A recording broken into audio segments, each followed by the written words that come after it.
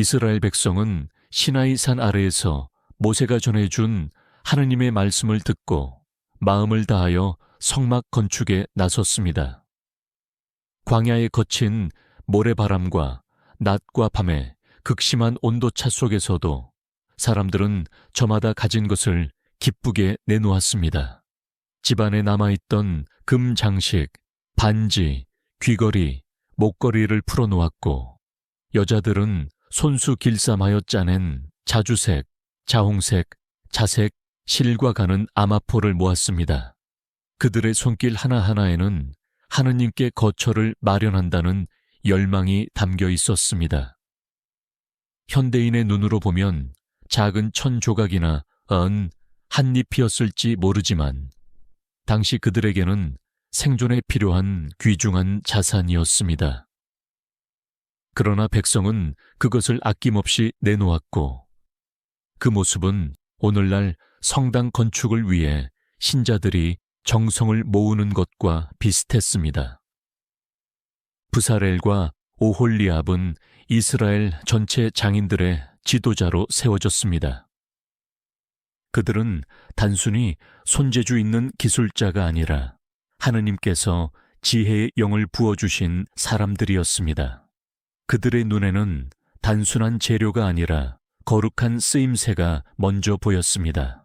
부사렐은 오늘날로 치면 건축 설계자와 예술가의 역할을 동시에 맡았고 오홀리압은 장인과 교사의 역할을 감당했습니다. 그들은 금속을 녹여 성물을 만들었고 보석을 세공하여 제사장의 옷에 박았으며 나무를 다듬어 성막의 구조물을 세웠습니다. 성막 본체를 구성하는 널판은 아카시아 나무로 만들었습니다. 아카시아 나무는 광야에서 구할 수 있는 가장 단단하고 썩지 않는 나무였습니다. 그 널판은 각각 길이가 10규빗으로 1규빗은 고대에서 사람의 팔꿈치 끝부터 가운데 손가락 끝까지 길이를 기준으로 했습니다. 즉, 지금의 미터 단위로 환산하면 1규빗은 약 45cm로 높이가 약 4.5m에 달했습니다. 현대 아파트의 층고가 2.7m 정도인 것을 생각하면 그보다 훨씬 높은 높이로 장막 벽을 세운 것입니다. 백성들은 그것을 금으로 입히고 은으로 만든 받침대에 세워 견고하게 고정했습니다. 황금빛으로 빛나는 널판들이 광야 한가운데 줄지어 세워질 때 사람들은 숨을 죽이며 그 장엄한 모습을 바라보았을 것입니다. 덮개는 여러 겹으로 만들어졌습니다. 가장 안쪽은 가는 아마포의 청색과 자주색, 자홍색 실로 그룹 천사 모양을 수놓은 직물이었는데 이는 마치 하늘을 상징하듯 푸르고 찬란했습니다. 그 위로는 염소 털로 짠 천이 덮였고 그 위에는 붉게 물들인 수향 가죽, 마지막으로는 해달 가죽으로 마감되었습니다. 현대의 방수천이나 단열재처럼 기능적 역할도 했지만 동시에 성막이 단순한 인간의 거처가 아니라 하느님을 모시는 거룩한 집임을 나타냈습니다. 바람이 불 때마다 덮개가 바스락거리며 소리를 내었고 그 소리조차 하느님 임재의 울림처럼 들렸을 것입니다. 뜰을 두른 기둥은 약 60개가 세워졌고 그 길이는 100규빗, 즉 45m에 달했습니다. 폭은 50규빗, 약 22.5m였으니 마치 오늘날 작은 운동장만 한 규모였습니다. 백성들은 이 뜰 안으로 들어가 제물을 바쳤습니다. 뜰의 한가운데 놓인 번제 제단은 약 2.3m 정사각형 크기로 높이는 1.3m였습니다. 오늘날 가정의 식탁보다 조금 큰 이 제단 위에서 소와 양, 염소가 불살라졌습니다. 번제 제단 위로 피어오르는 연기와 고기 타는 냄새는 광야 곳곳에 퍼져 백성들에게 하느님께 드려지는 제사의 현장을 생생히 느끼게 했습니다. 물두멍은 청동으로 만들었는데 흥미롭게도 그것은 회막 입구에서 봉사하는 여인들의 거울로 제작했습니다. 그들의 희생은 단순히 거울을 내놓은 것이 아니라 자신의 아름다움을 비추던 소중한 물건을 포기하고 하느님께 봉헌한 것이었습니다. 제사장들은 그 물두멍에 담긴 물로 손과 발을 씻고 거룩한 일을 감당했습니다. 손끝에 닿는 차가운 물방울 하나하나가 자신이 죄인임을 고백하며 정결케 되는 상징이었습니다. 제사장의 옷은 백성과 달리 화려했습니다. 아론과 그의 아들들은 가는 아마포 옷을 입었는데 아론은 그 위에 에포드와 흉패를 걸쳤습니다. 에포드에는 12보석이 박혀 있었고 각 보석에는 이스라엘 12지파의 이름이 새겨져 있었습니다. 루비, 사파이어, 에메랄드와 같은 보석들이 빛날 때 그것은 단순한 장식이 아니라 하느님 앞에 백성 전체를 대표하는 상징이었습니다. 아론이 제사 때 흉패를 가슴에 붙이고 서 있을 때 그는 온 백성을 품고 기도하는 사제였습니다. 이 모든 제작이 끝나자 모세는 하느님의 명령대로 성막을 세우기 시작했습니다. 첫째 달 초하루, 새해의 첫날, 모세가 지휘하는 장면을 숨죽이며 바라보았습니다. 장막에 널판이 세워지고 덮개가 드리워지고 기구 하나하나가 제자리를 찾아 놓이는 순간 사람들의 눈에는 눈물이 맺혔습니다. 왜냐하면 이제 그들의 광야 생활에 하느님의 거처가 함께 세워지는 것이었기 때문입니다. 마침내 모세가 모든 일을 마쳤을 때 구름이 성막을 덮고 주님의 영광이 그 안에 가득 찼습니다. 낮에는 구름이 성막 위에 머물렀고 밤에는 불처럼 타올라 멀리서도 빛을 발했습니다. 백성은 감히 성막 안으로 들어가지 못했고 모세조차 주님의 영광 앞에 엎드려 경배했습니다. 광야의 차가운 밤 공기 속에서 성막 위로 타오르는 불빛은 온 백성에게 하느님께서 그들과 함께 계신다는 확실한 표징이었습니다. 그 이후 이스라엘 백성은 구름이 움직이면 장막을 거두고 따라 나섰고 구름이 머물면 그곳에서 멈추어 진을 쳤습니다. 그들의 삶은 이제 철저히 하느님의 인도하심에 따라 움직였고 성막은 그 중심에서 늘 백성과 함께 했습니다. 성막은 단순히 나무와 금속과 직물로 만든 구조물이 아니었습니다. 그것은 하느님께서 나는 너희 가운데 거하겠다 약속하신 임마누엘의 표징이었습니다. 광야 한가운데서 성막이 점점 완성되어 가는 모습은 단순한 건축의 과정이 아니라 신앙의 공동체가 한 마음으로 하느님께 나아가는 길이었습니다. 백성은 저마다 자기의 손길이 닿은 자리에 성막의 일부가 자리 잡는 것을 보며 감격했습니다. 한 사람은 자색 실을 짜내어 장막의 휘장을 만들었고 또 다른 이는 자기 손목에 차고 있던 금팔찌를 풀어 제단의 장식이 되게 했습니다. 사람들은 자식에게 먹일 양식보다 먼저 하느님께 바쳐야 한다는 마음으로 봉헌했습니다. 그 모든 정성이 성막의 기둥과 널판, 휘장과 기물 안에 살아 숨 쉬었습니다. 휘장은 성소와 지성소를 가르는 중요한 장막이었습니다. 길이는 약 9m, 높이도 4.5m에 이르러 현대의 교회, 제단 앞 커다란 성가대석 커튼과도 같은 위용을 자랑했습니다. 그 휘장에는 청색과 자주색, 자홍색 실로 그룹들이 정교하게 수놓아져 있었습니다. 백성이 그 휘장을 바라볼 때 그 너머는 감히 들어갈 수 없는 하느님의 거룩한 임재의 자리라는 것을 알았습니다. 제사장조차도 1년에 한 번 속죄일에만 지성소에 들어갔으니 휘장은 하느님의 위엄과 백성의 한계를 동시에 보여주는 경계선이었습니다. 지성소 안에 놓인 계약의 궤는 아카시아 나무로 만들어졌고 그 크기는 길이 1.1m, 폭과 높이가 양 7m 정도였습니다. 크기만 놓고 보면 오늘날의 작은 가정용 책상만 한 정도이지만 그 안에는 하느님의 율법, 곧 십계명이 새겨진 돌판이 들어 있었습니다.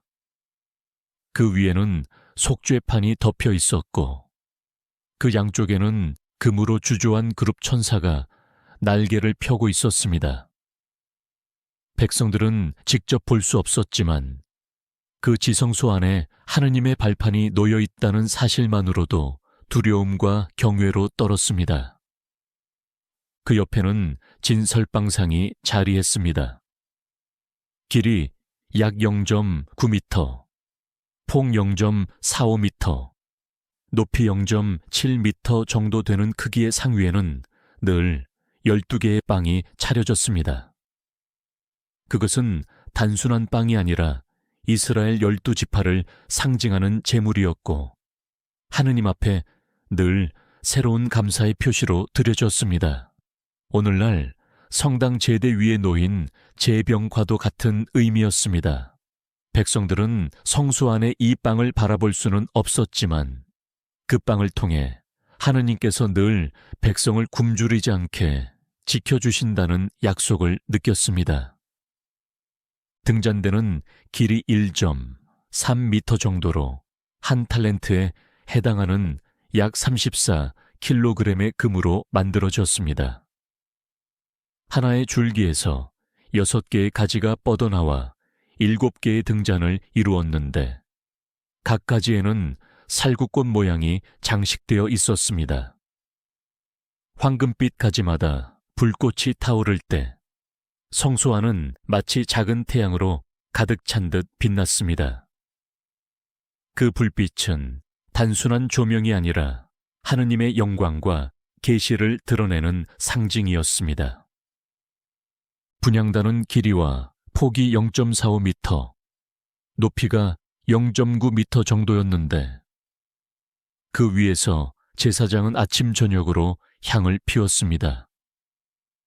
향연이 천천히 하늘로 올라가는 모습은 백성의 기도가 하느님께 닿는 것을 눈으로 보여주는 듯 했습니다. 백성들은 장막 밖에서 그 향내가 바람을 타고 흘러나올 때 자신들의 기도가 하느님께 닿고 있음을 믿었습니다. 오늘날 신자들이 미사 중에 향로에서 피어오르는 연기를 바라보며 묵상하는 것과 다르지 않았습니다.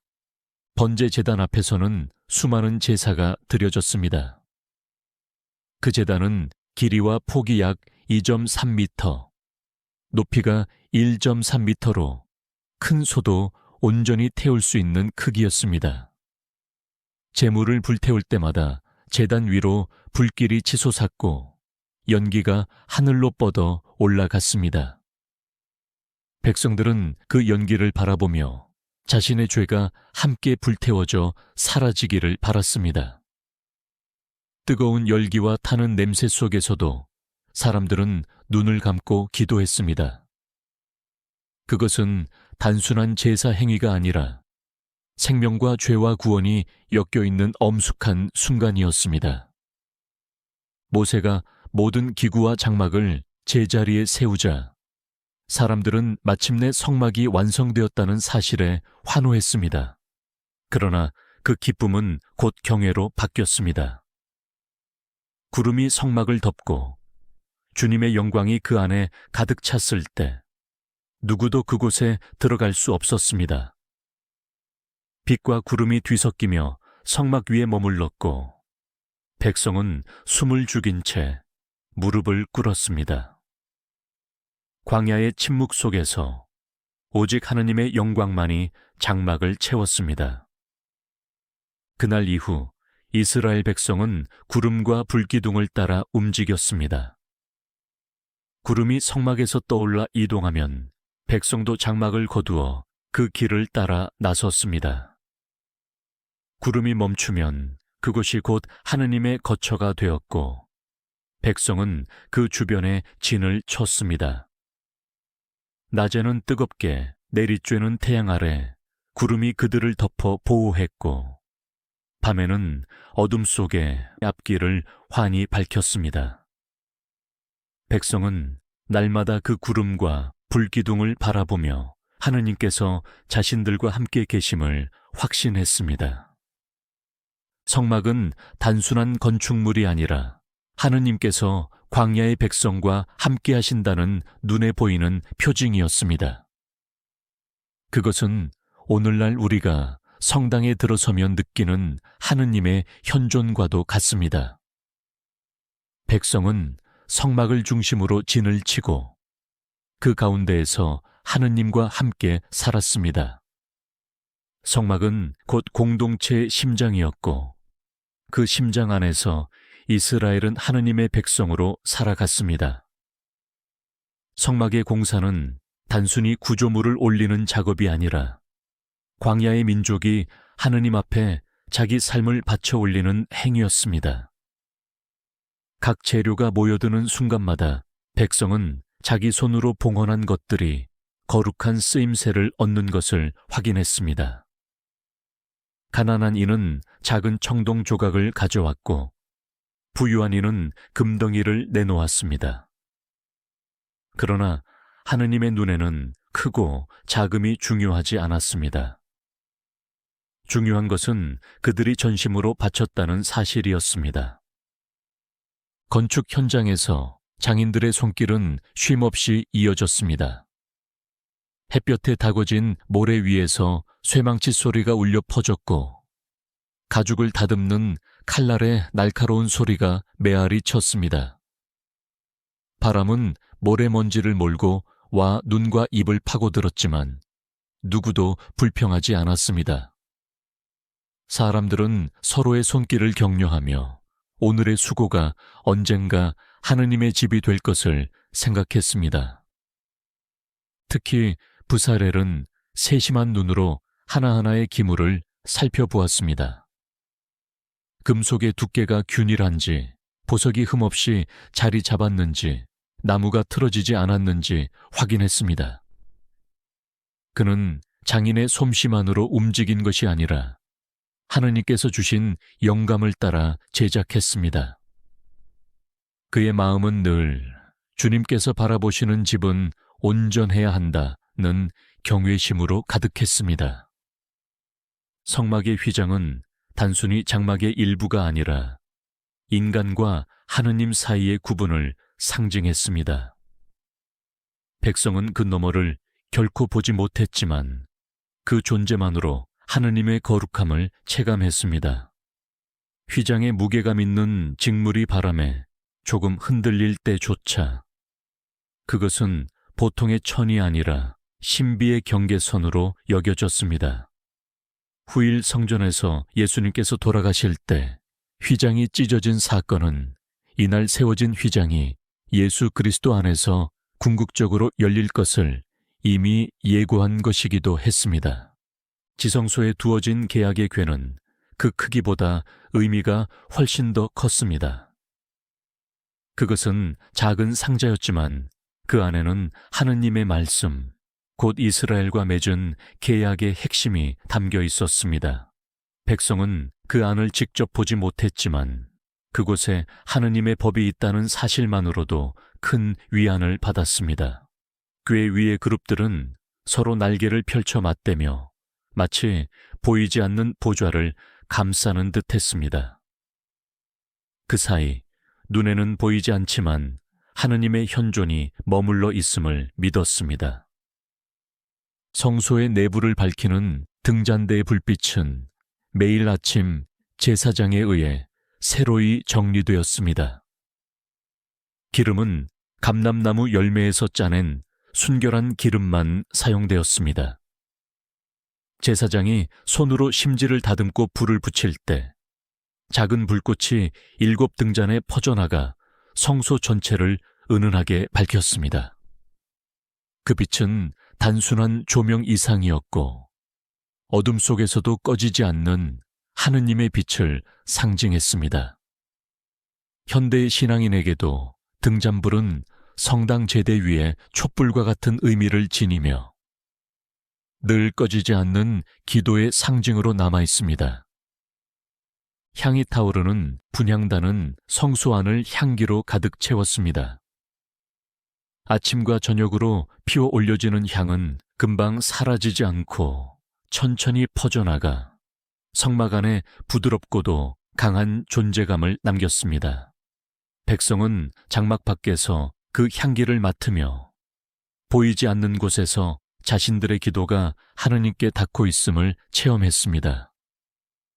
그 향은 눈으로 보이지 않는 영적 세계와 인간의 삶을 잇는 다리와도 같았습니다. 뜰 안의 물두멍에서는 제사장들이 손과 발을 씻었습니다.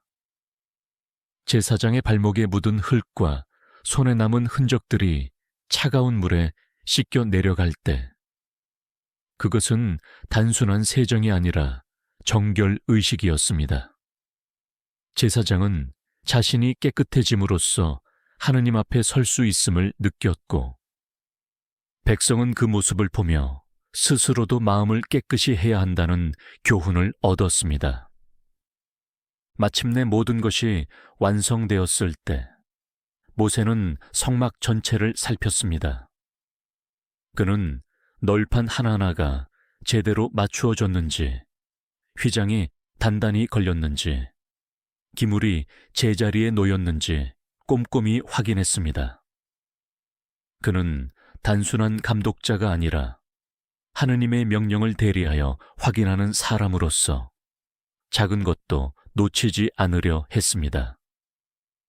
백성은 모세의 눈길을 따라 숨을 죽이며 그 과정을 지켜보았습니다. 마지막 순간 모세가 손을 들어 봉헌의 기도를 올리자 하늘에서 구름이 내려와 성막을 덮었습니다. 그 구름은 단순한 대기 현상이 아니었습니다. 낮에는 하얀 기둥처럼 서서 백성을 가렸고 밤에는 불빛을 품어 타올랐습니다. 만든 이 장막이 하느님의 거처가 되었다는 사실 앞에 무릎을 꿇었습니다. 그 순간 그들의 모든 수고와 희생이 하느님께 받아들여졌음을 알았습니다. 그날 이후 이스라엘의 여정은 단순히 사람의 판단에 따라 움직이지 않았습니다. 구름이 떠오르면 길을 나섰고 구름이 머물면 멈추었습니다. 사람들은 천막을 걷고 세우는 반복된 일상 속에서도 그것이 하느님의 뜻에 따라 이루어진다는 사실에 안도했습니다. 광야의 삶은 여전히 고단했지만 그 중심에 하느님의 광야의 여정에서 성막은 단순한 쉼터가 아니었습니다. 그것은 곧 이스라엘의 정체성이자 생명줄이었습니다. 백성은 그곳을 중심으로 모였고 모든 시선은 성막을 향했습니다. 천막이 아무리 허술하고 길이 아무리 거칠어도 그들의 중심에는 하느님이 계셨습니다. 낮에는 뜨거운 태양 아래 구름이 성막 위에 드리워져 백성을 지켜주었고 밤에는 불이 하늘을 밝히며 그들의 길을 인도했습니다. 광야는 생존이 어려운 곳이었지만 그들은 결코 홀로 버려진 백성이 아니었습니다. 모세가 성막을 세운 날은 이스라엘의 역사에서 새로운 출발이었습니다. 애굽의 노예로 살던 시절에는 명령에 따라 움직이는 삶이었지만 이제는 하느님의 구름 기둥과 불 기둥을 따라 사는 백성이 된 것입니다. 자유는 방종이 아니라 하느님의 인도를 따라 걸어가는 질서 안에서 이루어졌습니다. 그들은 언제든지 천막을 걷고 새로운 땅으로 나아가야 했습니다. 그러나 그 길은 불확실하지 않았습니다. 하느님의 임재가 늘 그 앞을 비추었기 때문입니다. 성막의 존재는 이스라엘에게 신앙의 중심을 분명히 했습니다. 그들은 성막을 바라보며 죄를 떠올렸고 제사를 드리며 용서를 체험했습니다. 그들은 성소 안에서 불타는 등잔의 빛을 통해 꺼지지 않는 희망을 보았고 향이 올라가는 모습 속에서 하느님과의 친교를 느꼈습니다. 그 모든 행위는 반복되는 일상 같았지만 매번 새로운 의미를 담고 있었습니다. 신앙은 단번의 열광이 아니라 날마다 반복되는 충성과 헌신임을 그들은 배웠습니다. 오늘의 시선으로 성막을 바라보면 그것은 교회의 원형처럼 다가옵니다. 성당 안에서 우리는 제대 위의 빵과 포도주를 바라보고 그것이 성체로 변화될 때 하느님의 현존을 믿습니다. 초와 향, 성가와 기도는 모두 성막에서 이루어진 전례의 정신을 이어받은 것입니다. 광야에서 하느님이 이스라엘과 함께 하셨듯 지금도 성당 안에서 하느님은 우리와 함께 하십니다. 성막의 치수와 재료가 세밀하게 기록된 것은 단순한 역사적 사실 때문이 아니라 하느님께서 당신의 거처를 얼마나 정성스럽게 준비하셨는지를 보여주기 위함입니다. 작은 규빗 단위 하나에도 하느님의 섭리가 담겨 있었고 재료 하나에도 백성의 헌신이 배어 있었습니다. 그것은 결국 하느님께서 사람과 함께 거하시려는 사랑의 구체적 표현이었습니다.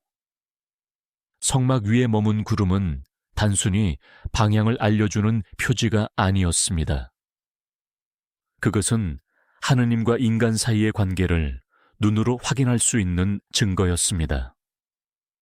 백성이 범죄할 때도 구름은 떠나지 않았고 그들이 회개할 때도 구름은 여전히 머물렀습니다. 그 구름은 은총과 인내의 상징이었습니다. 밤에 타오른 불기둥은 광야의 어둠을 뚫고 길을 밝혔습니다. 그것은 곧 나는 너희와 함께 하리라 는 하느님의 약속이 불처럼 빛난 것이었습니다. 이 모든 이야기는 단순한 과거의 기록이 아니라 우리에게 주는 메시지입니다. 우리의 삶도 광야와 같습니다. 때로는 길을 잃고 때로는 부족함과 두려움 속에 살아갑니다. 그러나 우리 삶의 한가운데 성막이 세워져 있고 그 성막 위에 하느님의 영광이 머물러 있다는 것을 기억할 때 우리는 더 이상 방황하지 않습니다. 교회와 성사, 기도와 성체는 모두 우리의 성막이며 그 안에서 우리는 하느님을 만납니다. 탈출기 40장은 성막의 봉헌으로 마무리되지만 동시에 새로운 시작을 알립니다. 백성은 이제 하느님과 함께하는 삶을 본격적으로 시작합니다. 그 길은 쉽지 않았지만 그들은 매일 구름과 불을 바라보며 하느님이 친히 그들과 함께 계시다는 사실을 체험했습니다. 광야는 더 이상 끝없는 황무지가 아니라 하느님의 임재가 가득한 살아있는 성소가 되었습니다. 이것이 바로 탈출기 35장부터 40장이 전하는 깊은 메시지입니다. 성막의 세세한 기록은 단순한 역사 자료가 아니라 하느님의 백성이 어떻게 그분과 함께 살아가야 하는지를 보여주는 영적 지침입니다. 그리고 그 모든 여정은 오늘날 신앙인에게도 여전히 살아 있습니다. 우리가 교회 공동체 안에서 살아가며 반복되는 전례 안에서 하느님을 만나듯 이스라엘 백성은 성막을 통해 하느님을 만났습니다. 결국 하느님은 말씀대로 이루셨습니다. 나는 너희 가운데 거하리라. 이 약속은 광야의 백성에게만이 아니라 오늘 우리에게도 이어지는 진리입니다. 성서의 향기 탈출기 35장에서 40장 성막 건립과 주님의 영광편을 마치고 다음 편은 레위기 1장에서 7장까지 제사의 규정에 대하여 계속되겠습니다.